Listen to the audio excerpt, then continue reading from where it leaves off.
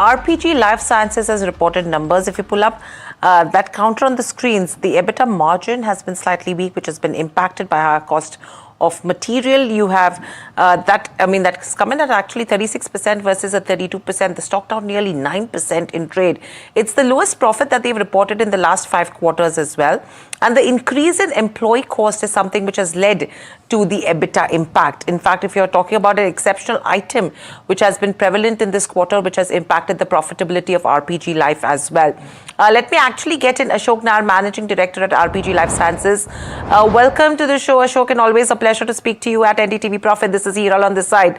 My first question coming to you is, we've seen this weakness that has come in this time around. Is this something that the management already expected in this quarter, or is this something which was really not expected, has come in, and you're expecting a sea change when it comes to the coming quarters?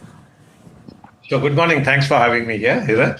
So this was something we had expected. So if you see our domestic performance, which is almost around 70%, has grown by 12.6%.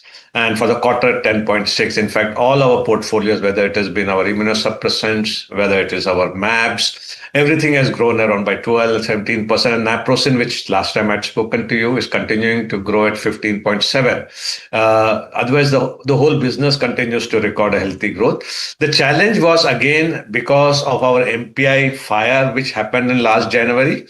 The good thing is we have almost restored it. But the time is taking for validation of those batches, because post-fire, we needed to do once again all those batches to be validated and some approvals of the fire NOCs. Having said that, all has got through. So this quarter, we are in a place to get back to what we were performing as far as API concerned. So we don't see a concern there. And the good thing is all the clients have been supportive of us, and most of this by March 26, we are surely all our products will be in a position to get validated, and then commercialization will start. Now, coming to the EBITDA, the margin, it is mainly because if you look the EBITDA, I can understand we are showing a 24% as compared to earlier 30, but then last year during the same time there was a provision which got reversed, which was almost for the tune of 6 crores, which is 3.5%, and 2% basically is being affected because of our API margin impact and the product mix because of that. We also, to see that how we drive our further growth, we have invested in strategic talent, which is almost around 0.5%. So whatever we've done is with a very clear-cut strategy, and there's no surprises as far as we are concerned.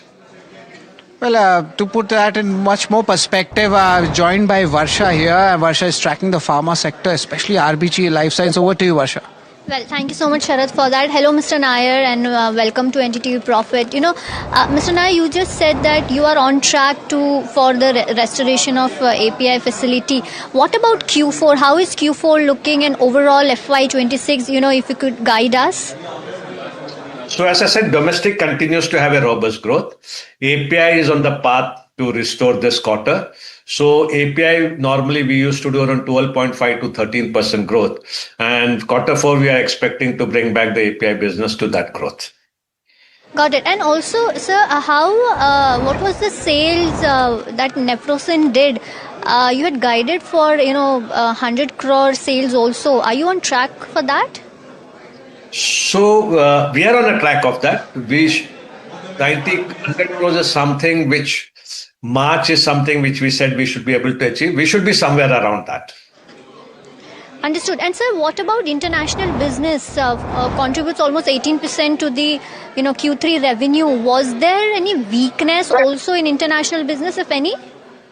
So international business, one of our key clients was taken over by a PE fund, and thereby they are looking into their inventories, they're processing, they're streamlining it. And as I said, that quarter 3, they were doing their own check and balance system. So those also will be back on quarter 4 for us. And also, Mr. Nair, if you could help us with your CAPEX plan, what is the CAPEX estimated for FY26, considering the product pipeline you have? So if you see that for the last 2-3 years, we've been constantly infusing almost around 45 to 50 crores every year.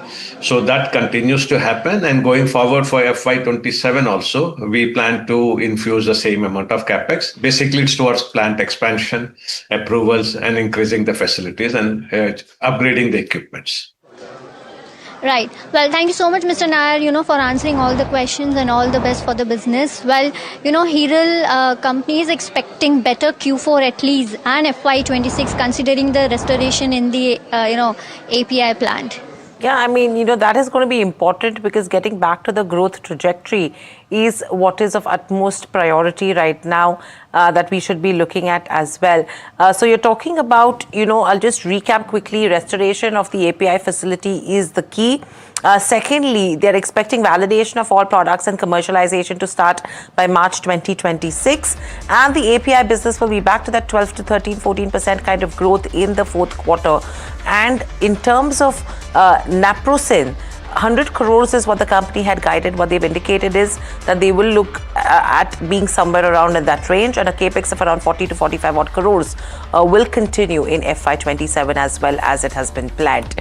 So that was the management of RPG Life. But let's get in Gaurang Shah from Geojit Financial Services. Gaurang, welcome to the show, and always a pleasure to speak to you on NDTV Profit.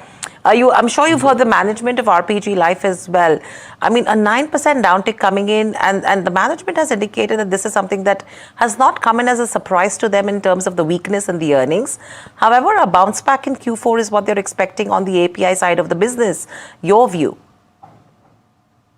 Thank you so much, Hiral, for having me on the show. Good afternoon to all the viewers of NDTV Profit and to you and to the entire team.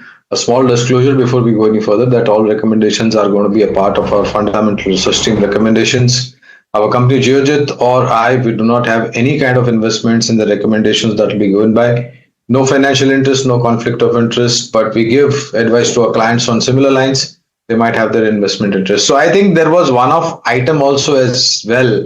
Hiral, if I'm not mistaken, if I read the flashes right, they were moving too fast. And of course, the restoration of API facilities will again bring back the momentum that is lost. But it will all depend how the things pan out. Unfortunately, since we don't have a recommendation on RPG Life, I won't be able to give any specifics, but we like the pharma sector. We like the API, we like the generics, we like the CDMO space. Some of the companies that we have coverage on are Cipla, Sun Pharma, Gland Pharma, Natco Pharma, Mankind Pharma, Aurobindo Pharma, to name a few, Natco Pharma again,